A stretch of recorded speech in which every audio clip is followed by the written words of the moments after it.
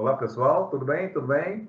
Está começando agora, deve estar começando agora a gravação, que é praticamente ao vivo, e 9 anos de televisão me permite dizer que é o seguinte, ó, é como se fosse ao vivo, não haverá corte, não haverá edição. Se eu errar ou o meu entrevistado errar também, não se preocupe, a gente não está preocupado, e eu tenho a honra e a satisfação de ter, do outro lado da linha, em Brasília, Distrito Federal, um dos mais renomados e jovens advogados que existe nesse país, Dr. Anderson Alarcon. Vocês vão estranhar um pouquinho, talvez, porque ele está informal. É que é um sábado, e ele, que sempre foi um advogado impecável, ele está num momento social de amizade incomum. Então, só para começar a deixar bem claro isso aí, doutor Anderson, você está em Brasília fazendo o quê nesse momento? Nós estamos aqui hoje, em especial, ajudando aqui alguns amigos numa feijoada beneficente para arrecadar recursos aí para a causa do câncer. E quando, então, o senhor me convidou aí para esse bate-papo, eu brinco que Joel Cardoso não convida, ele intima.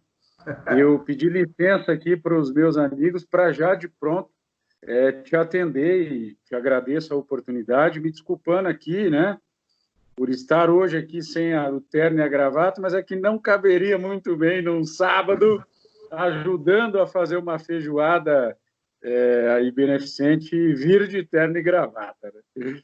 Bom, a gravação deverá ter mais ou menos 5 minutos e a partir de agora começa exatamente a série Diálogos com Joel Cardoso. Do outro lado, o Dr. Anderson Alarcon. Eu tentei até mudar, talvez, o tema dessa entrevista, mas não tem como. Tem que ser a pandemia. A pandemia que está do Covid-19, que se alastrou por todos os continentes e não foi diferente aqui em Maringá, terra natal, Dr. Anderson Alarcon.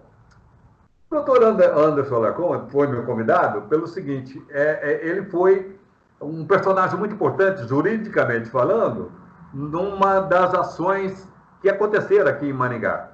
Vocês que acompanham o noticiário de Maringá sabem que já teve efeito aqui do lockdown, nós tivemos aqui também a Guarda Municipal dando uma de truculência num evento aí do Lava Jato, nós tivemos aí uma série de atividades que,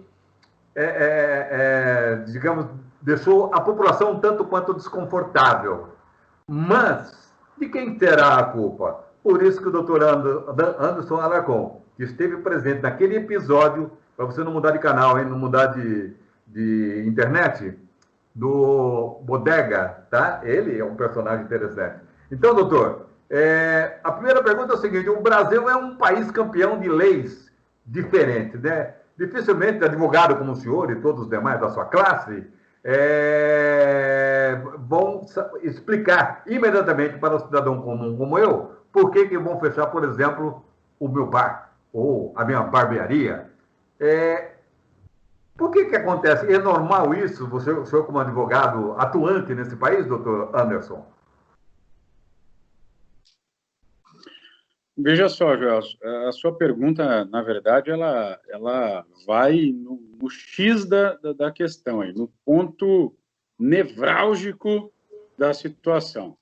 De fato, é uma situação nova, é uma situação difícil.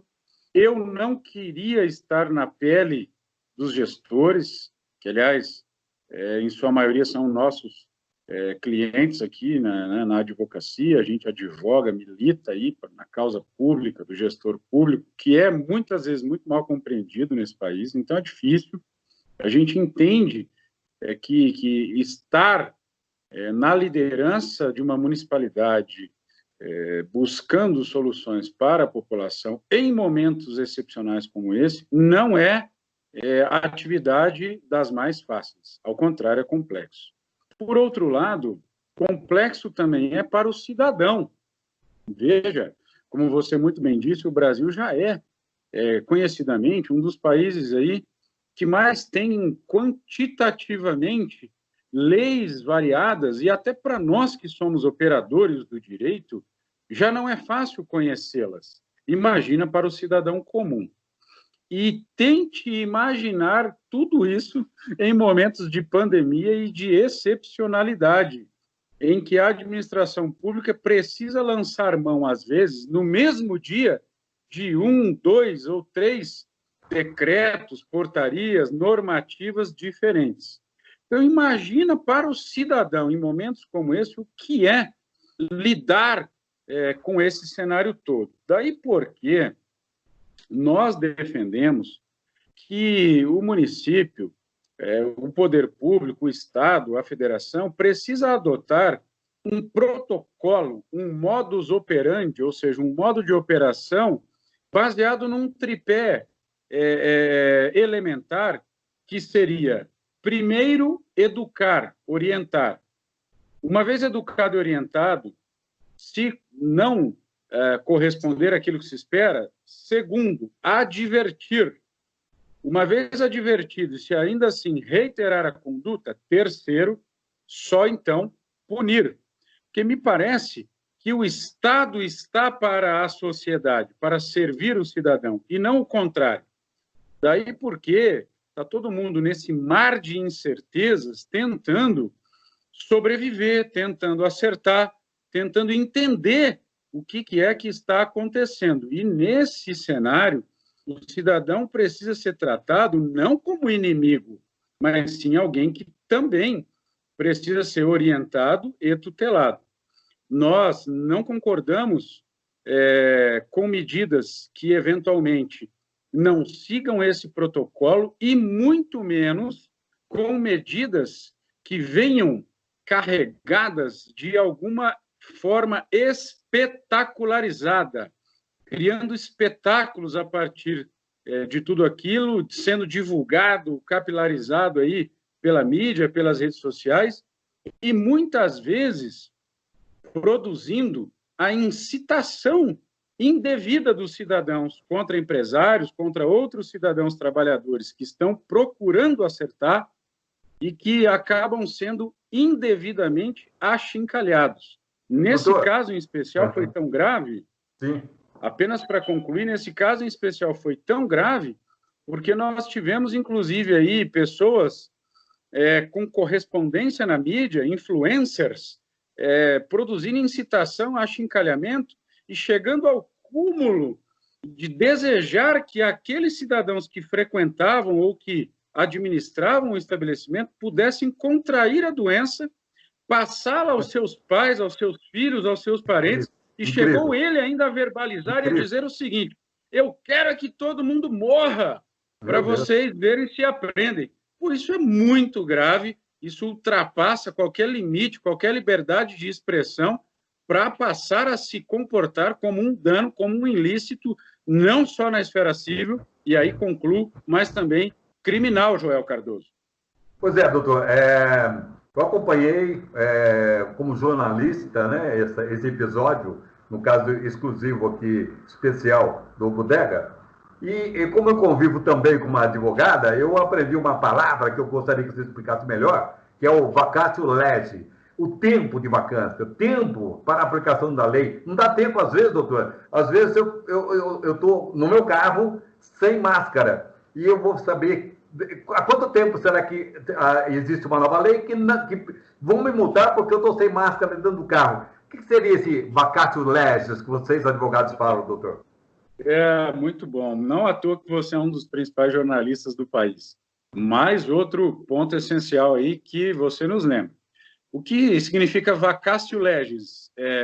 O tempo de vacância para a validade, a entrada em vigor, a exigência, a aplicação daquela lei. Este tempo, assim chamado, entre o momento em que a lei passa a existir no mundo jurídico e real e entre o momento em que ela passa a ser aplicada, exigida, chama-se tempo de vacância. E por que esta vacância existe? Normalmente de 90 dias, tem casos aí que até de 1 ano, 2 anos, 3 anos, exatamente para que o cidadão, para quem aquela lei está sendo dirigida, tenha tempo, ele, cidadão, e também os estudiosos, de conhecer a legislação, de criticá-la, de interpretá-la, de absorvê-la, para só depois, então, entendê-la e praticá-la, e dele podendo ser, assim, exigida. Pretendo lidar com isso? Pois não. Como? Pode. A impressão que dá com toda essa história, doutor, para nós, leigos, é que é quase que uma história bíblica, onde não existem culpados. O prefeito que é apedrejado aqui tem culpa, o dono do bodega tem culpa, as pessoas que queriam atirar pedras no estabelecimento têm culpa. De quem é a culpa para encerrar a entrevista, doutor? Não, eu acho que... Da pandemia? A culpa, acho que é um pouco desta percepção humana generalizada que muitas vezes se recusa ou tem dificuldade em lidar com as únicas duas certezas que nós temos na vida. A primeira é a certeza da morte. E a segunda, paradoxalmente falando, é a certeza da incerteza, ou seja, a certeza de que tudo é incerto, de que nós não controlamos nada. E esta pandemia, esse corona, ao fim e ao cabo, vem jogar na nossa cara que tudo é incerto, não se sabe a cura, não se sabe de onde vem, não se sabe o que fazer. E quando esta clareza de que, no final das contas, nós não controlamos nada, é jogada assim na nossa cara, isso muitas vezes, sob o ponto de vista humano, nos assusta, porque muitas vezes nós tendemos a viver a vida de tal maneira a fugir dessas certezas, e por isso tantos erros e tantos equívocos. Talvez a culpa seja muito mais ampla e humana do que necessariamente deste ou daquele agente, que, no final das contas, tudo o que está querendo é acertar. Obrigado por participar dessa fase inicial da série Diálogos com Joel Cardoso. Prazer em revê-lo, mesmo que seja proveito. Um ótimo final de semana. A gente se vê. Tchau, doutor. Um abração. Muito obrigado. Até a próxima. Tchau.